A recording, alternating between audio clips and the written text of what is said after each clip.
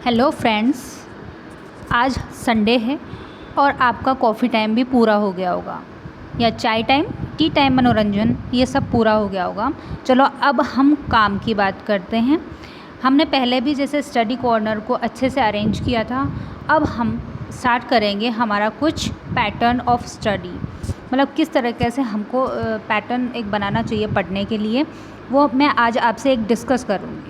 अगर आपको सही लगता है, आपको अच्छा लगता है तो मेरे साथ फॉलो कीजिए और स्टार्ट कीजिए। अगर किसी का रिवीजन है तो वो रिवीजन स्टार्ट कर सकता है और किसी की स्टार्टिंग है तो वो स्टार्ट कर सकता है। ओके, आइए बात करते हैं। उससे भी पहले जो हम रीड साइंस मैथ्स लेवल 2 के बारे में बात कर रहे हैं, उससे पहले हमें अपना मेंटल जो क्राइटेरिया है उसको क्लियर करना है कि हमें ज़्यादा नहीं सोचना है। डोंट थिंक सो मच कि क्या होगा क्या नहीं होगा, रीड कब होगी, रीड कब नहीं होगी, नो मैटर्स। उसके अलावा अगर कुछ बच्चे रीड के अलावा भी कुछ और एग्ज़ाम की प्रिपरेशन कर रहे हैं तो मैं एक बात आपको क्लियर कर दूं कि ऐसी वैकेंसी दोबारा नहीं आएगी। तो सबसे पहले तो आप रीड पे ज़्यादा फोकस करिए। हाँ, उसके अलावा 1-2 घंटे एक्स्ट्रा में जिस का फॉर्म आपने भर रखा है तो उससे रिलेटेड आप तैयारी कर सकते हैं, लेकिन मेन फोकस जो आपका होना चाहिए वो रीड साइंस मैथ्स लेवल 2 या आपका जो सोशल साइंस वाले जो हैं वो अपना लेवल देख के रीड पे फोकस कर सकते हैं। ओके, तो पहली बात तो ये है कि हमें ज़्यादा नहीं सोचना है। Okay, don't think so much. दूसरी बात है यू हैव टू सेलेक्ट, हमें सेलेक्ट ही होना है। ऐसी ही मेंटल स्ट्रेटेजी बना के चलना है। अपने माइंड को ऐसे प्रिपेयर कीजिए, ऐसे ट्रेन कीजिए कि नहीं, मैं सेलेक्ट होकर रहूँगा या रहूँगी। ओके, दूसरी बात है प्रैक्टिस एंड प्रैक्टिस। अपनी तरफ से कोई भी कमी मत छोड़िए। आगे सेलेक्ट होना या ना होना वो आगे की बात है। अपनी जो जर्नी है उसको क्लियर कीजिए कि मुझे इतनी मेहनत करनी है कि सिलेक्शन ना होने का कोई चांस ना रह जाए। अपनी तरफ से 100% देना है। ओके, आगे की बात करते हैं हम। ये 3 पॉइंट ज़रूर आप अपने सामने लिख के रख लीजिए। मेंटल आप प्रिपेयर कीजिए अपने आप को। ओके, आगे देखिए, आपके पास जो ये सिलेबस है उसके अंदर आपके पास साइकोलॉजी भी है, हिंदी है। कुछ लोग हिंदी को फर्स्ट लैंग्वेज के रूप में ले रहे हैं, कुछ सेकंड लैंग्वेज के रूप में ले रहे हैं, वो आपकी चॉइस है। उसके अलावा इंग्लिश है, तो कुछ लोग फर्स्ट लैंग्वेज के रूप में ले रहे हैं, कुछ सेकंड लैंग्वेज के रूप में, वो भी आपकी चॉइस है। ओके, जिसकी इंग्लिश ज़्यादा अच्छी है वो फर्स्ट लैंग्वेज लें, और जिसकी थोड़ी सी वीक है तो वो क्या करें, सेकेंड लैंग्वेज ले सकते हैं, क्योंकि उसमें ग्रामेटिकल पोर्शन कम है और दूसरी ऐसे जैसे पैसेज ज़्यादा हैं उसके अंदर, कुछ ऐसी चीज़ें जो आपको नॉन हैं। ओके, तो आप लैंग्वेज सेकंड ले सकते हैं उस क्राइटेरिया के अंदर। नेक्स्ट, आपके पास हिंदी इंग्लिश के बाद आपके पास साइंस मैथ्स होगी, साइंस मैथ्स वालों के पास, अदर सब्जेक्ट वालों के पास जैसे सोशल साइंस होगी। उसके अलावा आपके पास है मैथ्स और साइंस का, और आपके पास है एक साइकोलॉजी वाला सब्जेक्ट। तो कुल मिला के आपके पास 5 सब्जेक्ट होंगे जो कि आपको पढ़ने हैं। अब क्या करना है, आपको सेटअप करना है। ओके, मैं आपको एक आइडिया दूंगी, बस आपको उसके अकॉर्डिंग अपने आप को देखना है कि मैं किस तरह से करूँ। और जो लोग यूँ बोलते हैं कि कितने घंटे पढ़ें, कितने घंटे का टाइम टेबल बनाएं, दैट्स ऑल नॉनसेंस। ओके, मेरी तरफ से तो ये सब चीज़ें क्या है, नॉनसेंस है। हाँ, एक क्राइटेरिया बना सकते हो कि हमें जिस टाइम पे कम डिस्ट्रैक्शन हो, हमें उस टाइम पे अपना परफॉर्मेंस ज़्यादा देना है पढ़ने का। उस टाइम पे अप्लाइड ज़्यादा हम कर सकते हैं पढ़ाई को। और उस दूसरी बात, घंटों के हिसाब से तो है अगर आपके मन में, तो कम से कम 10 घंटे तो होने चाहिए पढ़ने के। उससे कम तो इम्पॉसिबल मानिए कि कुछ भी सिलेक्शन होने का कोई चांस नहीं है। 10 घंटे तो आपको पढ़ने ही है, निकालने ही है कैसे भी करके, चाहे उसके लिए आपको सुबह 3 बजे उठना पड़े या रात को 2 बजे तक जगना पड़े। Anything else, that's your strategy. Okay, आगे देखते हैं हम। अगर आपको इसमें इंटरेस्ट है तो हम नेक्स्ट संडे को एक टाइम टेबल भी शेयर करेंगे। जो वर्किंग वुमेंस हैं और उसके अलावा जो औरतें हैं जैसे उनको टाइम नहीं मिल पा रहा है पढ़ने का, जो लड़कियां हैं उनको किसी और वजह से टाइम नहीं मिल पाता है, घर के काम की वजह से। कुछ लड़के हैं जो खेतों में भी काम करते हैं, कुछ अदर वर्क करते हैं, तो उनको टाइम नहीं मिल पा रहा है। तो हम एक टाइम टेबल शेयर करेंगे नेक्स्ट संडे को। ओके, तो हम एक क्राइटेरिया देख रहे हैं अभी किस तरह से हमें अपनी एक स्ट्रेटजी बनानी है। ये देखिए, आपके पास एक वीक के अंदर आपके पास 7 डेज़ होते हैं। ओके, कितने डेज़ होते हैं? 7 days. Monday, Tuesday, Wednesday, Thursday, Friday और सैटरडे। ओके, संडे को एक हम अलग रख के देखें तो हमारे पास 6 डेज़ हैं वीक के अंदर।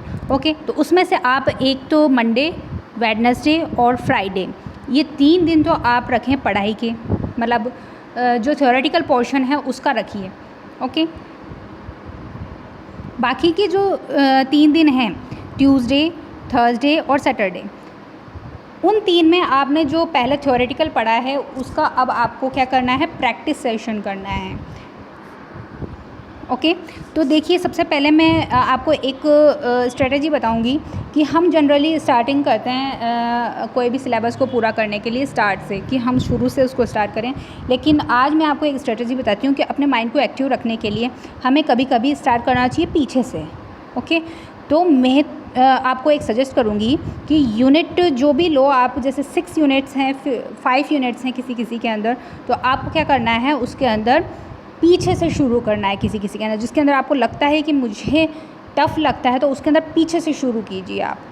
और फिर भी अगर आपको लगता है कि आगे से ही शुरू करना है तो वो आपकी मर्ज़ी है, लेकिन माइंड को एक्टिव रखना है। अगर उस हिसाब से आपको चलना है तो आपको क्या करना है? पीछे से शुरू करना है। ओके, तो ठीक है, एक मैंने आपको एक क्राइटेरिया दिया है कि जैसे ये 7 दिन हैं आपके पास, अगले 7 दिन तक, मंडे से लेकर नेक्स्ट संडे तक। ओके, सैटरडे मान लीजिए। उसके बाद आपको फर्स्ट चीज़ मैं बताऊंगी, इसमें आपको ले लेना है इंग्लिश। उससे भी पहले मैं आपको एक चीज़ बताती हूँ, ये देखिए इसके बाद आएगा आपके पास 6 यूनिट्स हैं इसके अंदर।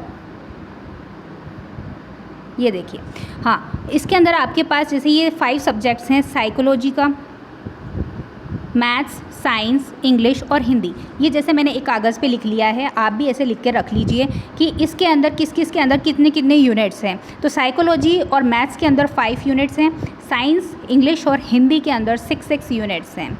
ओके, तो आप फिक्स कीजिए इसके अंदर पीछे से किसके अंदर से स्टार्ट करना है, आगे से किसके अंदर से स्टार्ट करना है। तो मैंने जैसे इसके अंदर आपके लिए डिसाइड किया है कि साइंस के अंदर हम फर्स्ट यूनिट से स्टार्ट करेंगे और हिंदी के अंदर भी फर्स्ट यूनिट से स्टार्ट करेंगे, और बाकी जो साइकोलॉजी और मैथ्स और इंग्लिश है इसको हम पीछे से शुरू करेंगे।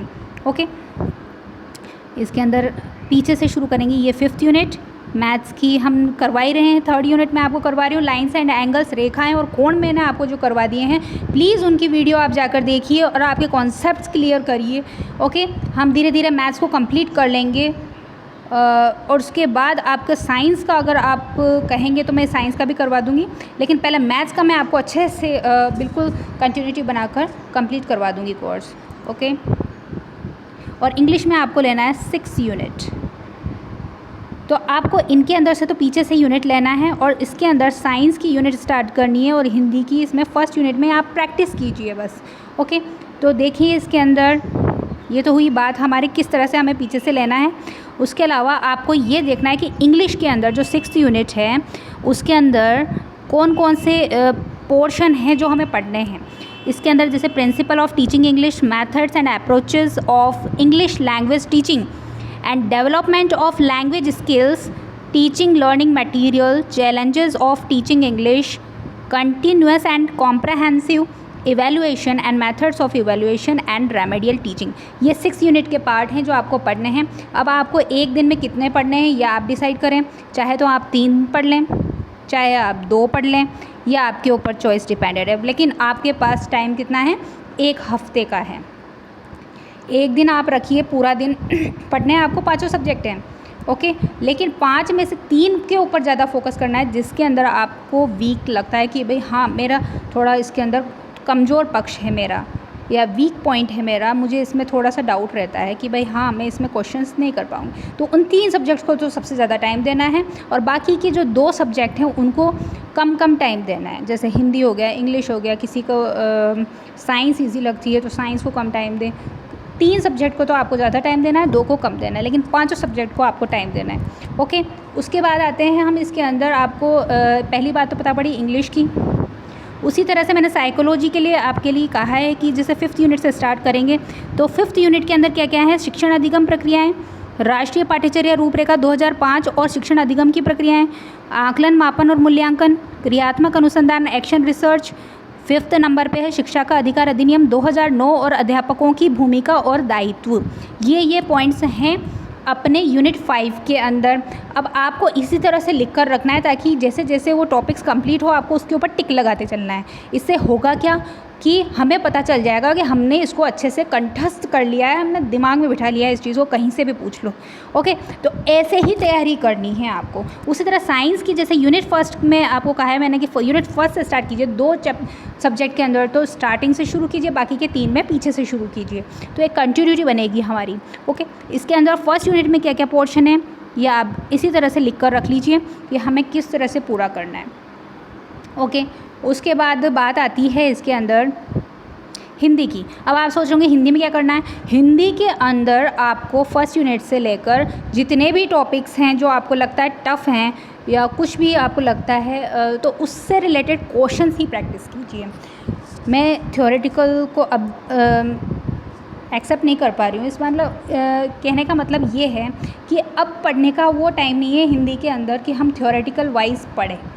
नो, अब आपको सिर्फ हिंदी के अंदर प्रैक्टिस करनी है, क्वेश्चंस प्रैक्टिस करने हैं। हिंदी ऐसा सब्जेक्ट है जो आपको बचपन से इजी है और अपनी प्रैक्टिस है इस चीज़ के अंदर। फिर भी आपको लगता है कि मैं अभी हिंदी में वीक हूँ, तो आप उसका थ्योरेटिकल करके साथ साथ अगले दिन प्रैक्टिस भी कर लीजिए। ओके, तो ये हो गई बात हमारे स्ट्रेटजी की कि हमें 3 सब्जेक्ट में तो पीछे से चलना है और 2 सब्जेक्ट के अंदर आगे से चलना है। और ये आपके सब्जेक्ट हैं और हमने एक साथ 7 दिन का एक क्राइटेरिया बना लिया है कि हमें 7 दिन के अंदर इनको कंप्लीट करना है। आगे की बात मैं आपको आगे बताऊंगी कि कौन सी चीज़ आपको करनी है। मंडे टू सैटरडे या संडे तक आपको ये कंप्लीट करना है। ओके, अब आपको अपना एक रूटीन बनाना है अपने हिसाब से कि मुझे जब भी मौका मिले, जब भी टाइम मिले, मुझे उस टाइम पढ़ना है, या फिर एक रूटीन बना के मेंटेनेंस करके मुझे उसी टाइम पे पढ़ना है। तो वो आप एक मेंटेनेंस करके चलिए, मेंटेन करके चलिए किस तरह से पढ़ना है, लेकिन करना है इसको 7 दिनों के अंदर। ओके, तो इस तरह से आपका क्या होगा, सिलेबस जल्दी कंप्लीट होगा। और अगर आपको वीडियो अच्छा लगता है और आप ऐसा सोचते हैं कि मतलब इसके अंदर आपको आइडिया मिल रहा है, तो आप ज़रूर आइडिया लीजिए और प्लीज़ इस चैनल को सब्सक्राइब कीजिए और बेल नोटिफिकेशन पे क्लिक कीजिए ताकि आपको जो रूटीनली मैं कुछ वीडियोस डालती हूँ उसके आपको नोटिफिकेशन मिलते रहें। और ऑल पे क्लिक कीजिए। उसके अलावा लाइक कीजिए, शेयर कीजिए और कुछ क्वेरीज़ आपके मन में है तो कमेंट कीजिए। Okay, thank you. आज 6 जून है हमारे 2021 का। आज का दिन है world paste day, world paste awareness day. जो कीड़े मकोड़े जो हमारे जीवन में नुकसान पहुंचा रहे हैं, हमारे एनवायरनमेंट को नुकसान पहुंचा रहे हैं, उनके प्रति जागरूकता का दिवस है। Happy world paste awareness day. Thank you.